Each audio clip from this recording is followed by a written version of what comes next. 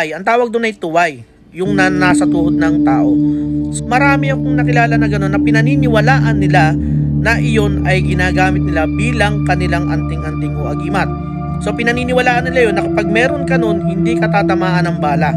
Pero kapanalig meron akong tao na nakilala na meron ganun, hindi siya tinatamaan ng bala sa katawan, pero pagdating sa ulo, tinamaan siya.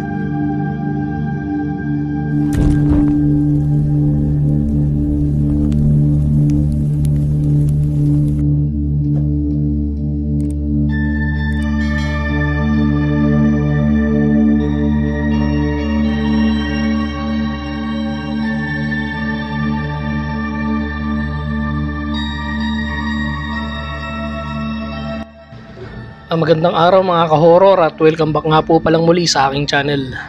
Nandito na naman nga pala tayo sa bagong episode ng Kwentong Agimat at Anting-Anting. Sa video nga ito mga ka-horror ay magpapakita tayo ng isang hindi pangkaraniwan at kakaibang gamit. Ang tuway-tuway ay isa sa mga pinakadelikado at pinakakontrobersyal na agimat mga ka-horror dahil ito ay galing sa buto ng patay ng tao. Ang paraan ng pagkuha nito ayon sa matatandang kwento ng mga antingero ay mahigpit na lihim at puno ng panganib. Sa mundo ng lihim na karunungan mga ka-horror ay may ilang gamit na hindi basta-basta pinapasan o ikinakalong ng kung sino lang. At isa na roon ang tinatawag na tuway-tuway. Ang tuway-tuway ay isang agimat na ang pinagmulan ay hindi mula sa puno o dagat o bundok gaya ng sa mutya, kundi mula mismo sa sementeryo, sa buto ng bangkay na matagal nang nakabaon sa lupa. Kadalasan, sinasabi ng mga matatanda na ang pinakamalakas na tuway-tuway ay mula sa hita o tuhod ng isang taong namatay sa marahas na paraan, gaya ng sundalo, tulisan, o mandiringmang hindi basta bumigay sa laban. Kapag nakukuha ang buto at napapakinis na parang maliit na mutya, saka pa lamang ito binubuhusan ng mga orasyon at binibigyan ng bisa. Dahil dito, tinuturing ito na isa sa pinakaitim na agimat, isang bagay na hindi dapat basta hawakan ng mahina ang loob, sapagkat hindi lamang kapangyarihan ang dala nito, kundi pati ang bigat ng kaluluwa ng pinagkunan. Ang kapangyarihan ng tuway-tuway ay nakasentro sa tibay ng katawan. Maraming kwento ang umikot, lalo na noong panahon ng mga gerilya at tulisan, na ang may dalang tuway-tuway ay hindi tinatabla ng bala at patalim kung sa katawan siya tinamaan. May mga nagpatotoo raw na ilang beses na silang binaril sa dibdib o likod, ngunit wala ni isang sugat ang pumasok. Para bang may nakabalot na matibay na anino na hindi kayang pasukin ng tingga. Subalit lagi ring paalala ng mga matatanda, hindi ito sumasakop sa ulo. Kapag ang tama ng bala ay nasa ulo, wala nang bisa ang tuway-tuway. Ang paliwanag dito ay dahil ang ulo ang pinakasagradong bahagi ng tao, tirahan ng kaluluwa at isip, at hindi ito saklaw ng itim na proteksyon. Kaya nga marami ring antingero ang nagsusuot ng ibang agimat para lamang sa ulo o di kaya'y sombrero o pamalo na may dasal para mapunuan ang kahinaan ng tuway-tuway. Ngunit hindi simpleng bagay ang magdala ng tuway-tuway. Bukod sa bigat ng kaluluwa ng pinagkunan, sinasabing may balik ito sa may-ari kung mali ang pagdadala. May ilan ang nagkakasakit bigla o palaging sinusundan ng bangungot at multo, dahil hindi nila kayang alagaan ang espiritu na nakaangkla sa agimat. Ang iba naman ay minamalas, nawawala ng hanap buhay, nagkakahiwalay ang pamilya. Kaya ang tuway-tuway ay hindi lamang agimat, kundi isang kasunduan.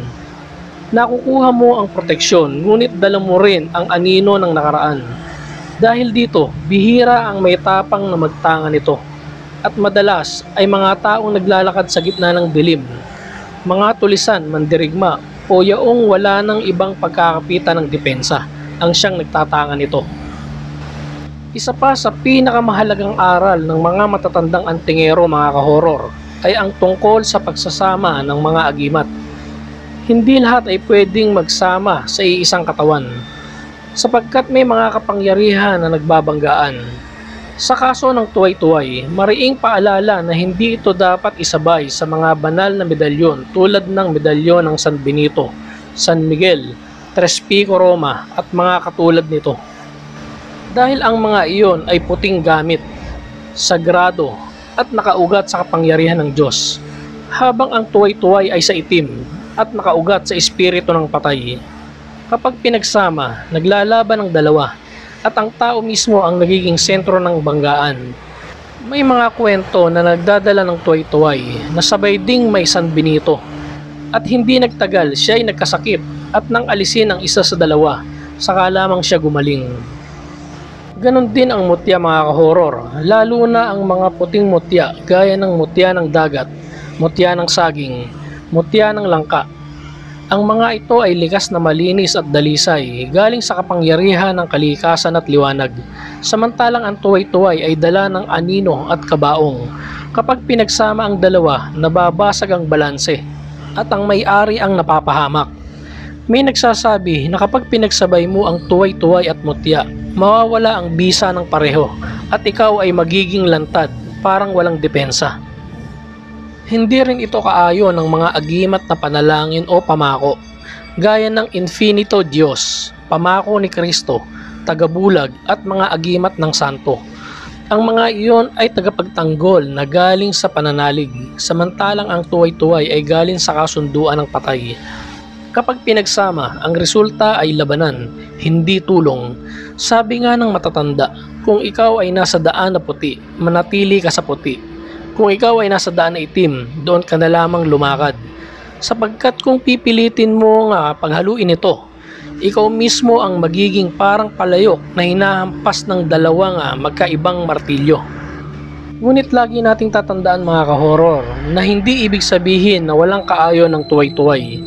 Sinasabing mas bagay ito kung isasama sa iba pang gamit na galing din sa itim, gaya ng mga pangil ng aswang, balat ng tikbalang o piraso ng alikabok sa libingan ng isang matapang na ninuno. Ang mga ito ay pare-parehong nasa iisang linya, kaya hindi sila naglalaban.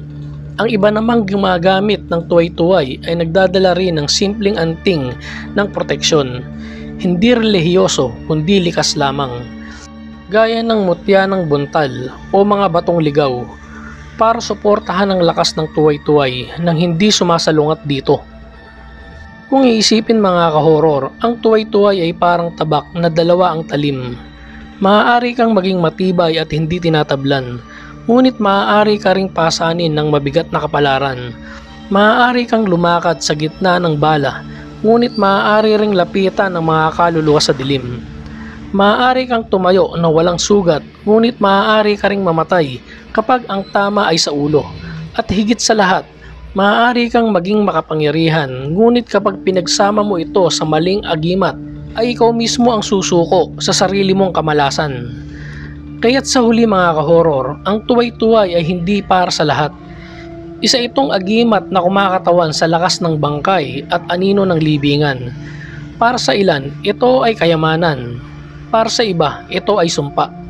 Ang mahalaga, maintindihan ng sino mang nagnanais magtangan nito na hindi lamang makapangyarihan ang dala ng agimat, kundi pati ang bigat ng responsibilidad at ang panganib ng maling paggamit.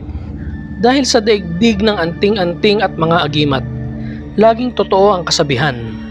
Kung ano ang iyong itinanim na lakas, ay siya ring bunga ng iyong kapalaran.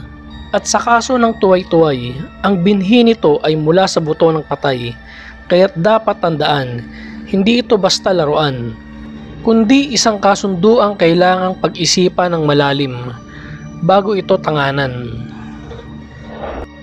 Ikaw naman ang tatanungin ko mga kahoror, handa ka na bang tanganan ang agimat na tuway-tuway? Hanggang dito na lang mga kahoror, at samahan nyo akong muli sa mga susunod ko pang mga video patungkol sa agimat at anting-anting. Maraming salamat po.